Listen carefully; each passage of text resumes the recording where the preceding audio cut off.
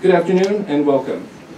Before we begin, I'd like to acknowledge that we are meeting here today on the traditional territory of the First Nations. I'd like to thank the Algonquin people and pay respect to their elders. Thank you for being here today as the CRTC unveils a very important decision for Canada's future in the digital world. This decision will have a generational impact. During the last year and a half, Canadians from across the country told us that both fixed and mobile broadband is crucial for both their personal and professional lives. We heard from many Canadians, businesses, and governments in rural and remote communities who don't have access to the telecommunications services they need to do their online banking, use e-health services, conduct business, access emergency services, further their education, access online and government services, or buy goods that are not available in their regions. We heard from Canadians that a download speed of 5 megabits per second and an upload speed of 1 megabit per second doesn't cut it anymore. We heard that data caps often impede their capabilities in a data-hungry digital world. We heard that they need access to mobile wireless services at home and on the road. We listened to Canadians, and we are taking action. That is what Parliament mandated us to do. We are establishing as a universal service objective that Canadians in remote and rural areas, as well as in urban centres, should have access to voice services and broadband internet access services on fixed and mobile wireless networks. This is quite a departure from our previous objective, which focused primarily on voice services. CRTC is setting the following targets for these services pursuant to subsection 46.51 of the Telecommunications Act. First, for fixed broadband services, access to an unlimited data option, as well as minimum speeds of 50 megabits per second for downloads and 10 megabits per second for uploads. This is a tenfold increase to our previous targets set in 2011. It is also in line with the targets of our major trading partners and our international competitors in the digital economy. Second, for mobile broadband services, access to the latest mobile wireless technology, not only in homes and businesses, but also along major Canadian transportation corridors.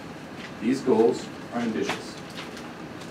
They will not be easy to achieve, and they will cost money, but we have no choice.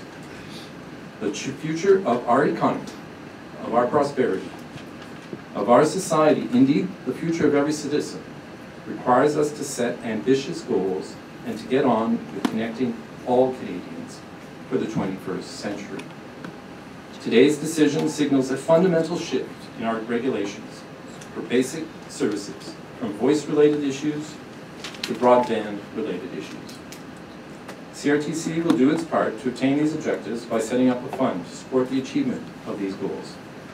This funding mechanism will be aligned with a broader ecosystem of current and future funding and investments from public and private sectors.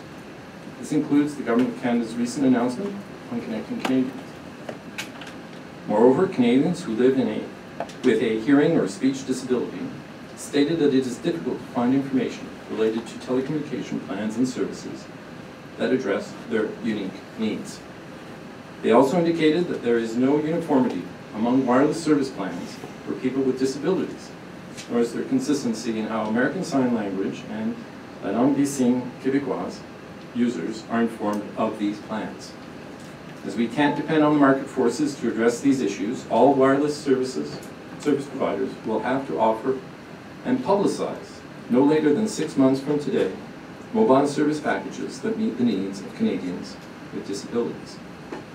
Furthermore, all wireless service providers' websites are expected to meet the W3C Web Content Accessibility Guidelines by June 1st, 2017. Now, before I conclude today, I want to address some other issues that Canadians talked about during the Let's Talk Broadband conversation.